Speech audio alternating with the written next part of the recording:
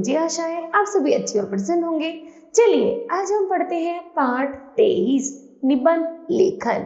करते हैं इस पाठ की शुरुआत। निबंध का शाब्दिक अर्थ है एक सूत्र में बंधी हुई रचना, अर्थात सुसंगठित ढंग से लिखी हुई रचना। निबंध में शब्द सीमा बंधी होती है। निबंधों को निश्चित शब्द सीमा के अंतर्गत लिखा जाता है। निबंधों की भाषा सरल, स्पष्ट और सुसंगठित होती है। निबंध के प्रकार। निबंध 4 प्रकार के होते हैं। निबंध जैसे विवरणात्मक निबंध, विचारात्मक निबंध, वर्णनात्मक निबंध और कल्पनात्मक निबंध। ठीक है।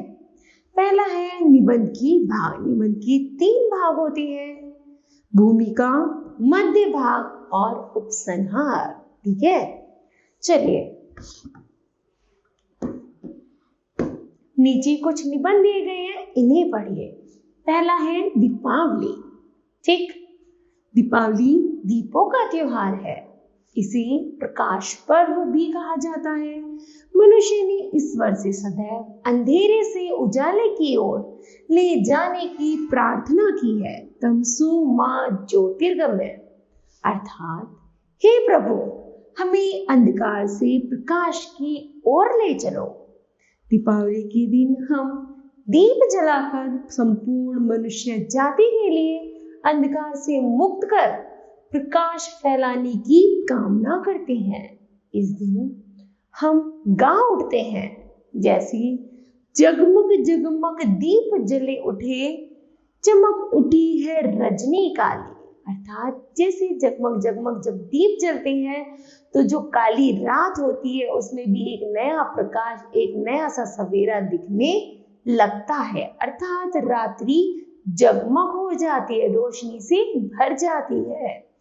दीपावली का त्योहार पूरे भारत में किसी न किसी रूप में बड़े उत्साह के साथ मनाया जाता है। कई सप्ताह पूर्व से घरों की साफ सफाई शुरू हो जाती है, मकानों की रंगाई पुताई करके सजाया जाता है। इसे हम स्वच्छता का त्योहार भी कह सकते हैं। दीपावली प्राय अक्टूबर के अंत में या नवंबर माह के प्रारंभ में आती है। दीपावली अत्यंत प्राचीन त्योहार है। कहा जाता है इसी दिन श्री रामचंद्र जी 14 वर्ष का वनवास समाप्त कर अयोध्या लौटे थे। इस त्योहार का संबंध सिख धर्म और जैन धर्म के साथ भी जोड़ा जाता है। दीपावली का त्योहार लगातार 5 दिनों तक मनाया जाता है। धनतेरस से भैया दूज तक। धनतेरस पर घर के लिए बर्तन खरीदे जाते हैं। दीपावली वाले दिन घरों पर भरपूर रोशनी की जाती है, मिठाइयाँ और पकवान बनाए जाते हैं। रात्रि के समय गणेश लक्ष्मी जी का पूजन किया जाता है। रात्रि को आतिशबाजी भी चलाई जाती है। आतिशबाजी पर नियंत्रण रखना आवश्यक है क्योंकि इससे प्रदूषण फैलता है। दीपावली से अगले दिन गोवर्धन पूजा की जाती है। उससे अगले दिन भैया दूज की धूम रहती है। दीपावली का पर्व हर्ष, उल्लास, प्रेम व एकता का संदेश देता है। दीपावली का संदेश है जलाओ दिए पर रहे ध्यान इतना, अंधेरा धरा पर कहीं रह ना पाए। कि दीपावली पर इतने दिए जलाओ कि कहीं भी किसी कोने में अंधेरा ना नजर आए। ठीक है। दूसरा है खेलों का महत्व। आज की भाग दौड़ भरी जिंदगी में स्वयं को शारीरिक तथा मानसिक रूप से सशक्त व स्वस्थ रखना बहुत आवश्यक है। स्वस्थ व तन व मन के लिए खेलकूद और व्यायाम उतनी ही आवश्यक है जितने जीवन के लिए भोजन और जल है। विद्यार्थी जीवन में खेलों का बहुत महत्व है। खेल जीवन का मुख्य अंग है।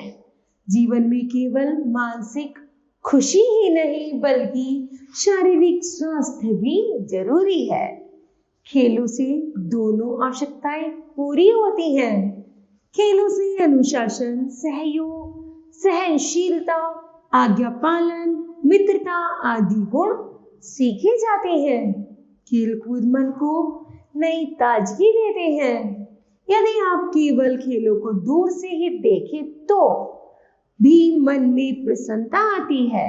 खेल मानसिक व शारीरिक दोनों प्रकार का व्यायाम है। जो व्यक्ति खेल को अपने जीवन का हिस्सा बना लेते हैं वे सदैव प्रफुल्लित रहते हैं। खेलों से शरीर में चुस्ती, फुर्ती व शक्ति आती है। इससे हड्डियां मजबूत रहती है, पाचन क्रिया भी सही रहती है तथा शरीर हल्का फुल्का रहता है। खेल केवल शारीरिक विकास ही नहीं करते बल्कि बौद्धिक एवं कलात्मक विकास भी करते हैं। कैरम बोर्ड, ताश, शतरंज आदि ऐसे ही खेल हैं। खेलों से व्यायाम के साथ साथ मनोरंजन भी होता है।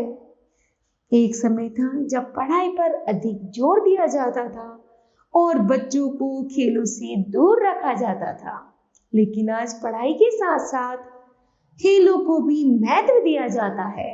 आज शिक्षा भी खेल खेल में दी जा रही है। खेल को कैरियर के रूप में भी अपनाया जा सकता है। ठीक है, इस तरह खेलों का यह निबंध पूरा हुआ। अब आगे है कंप्यूटर विज्ञान की अनोखी देन। आज का युग विज्ञान का युग है। विज्ञान ने अपने चमत्कारी आविष्कारों से हमारे जीवन को सुखी बनाया है। विज्ञान की नवीनतम देन है कंप्यूटर का आविष्कार। कंप्यूटर के आगमन के साथ ही दुनिया भर में संचार के क्षेत्र में क्रांति का सूत्रपात हो गया है। कंप्यूटर के विविध उपयोग हैं। अब वह केवल संख्याओं के चमत्कार तक सीमित नहीं रह गया है।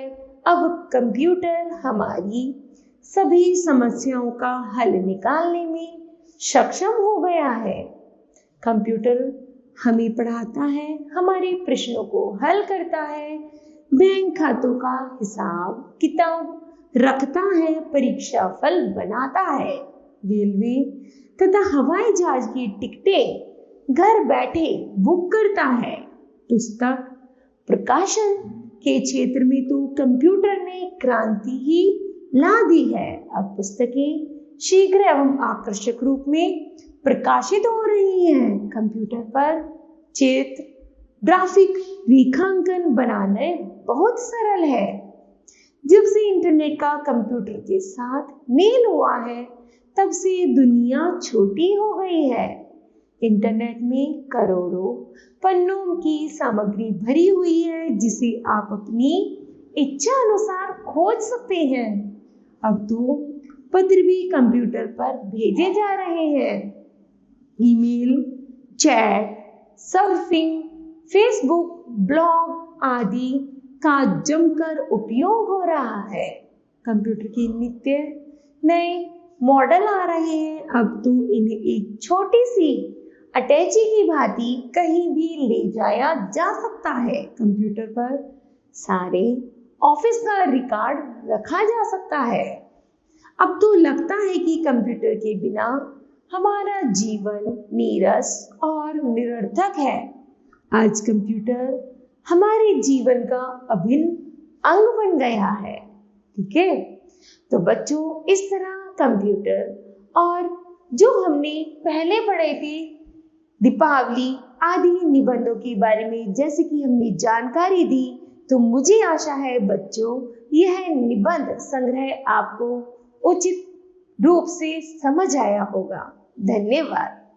ठीक है, मिलते हैं आपको अपनी नई वीडियो।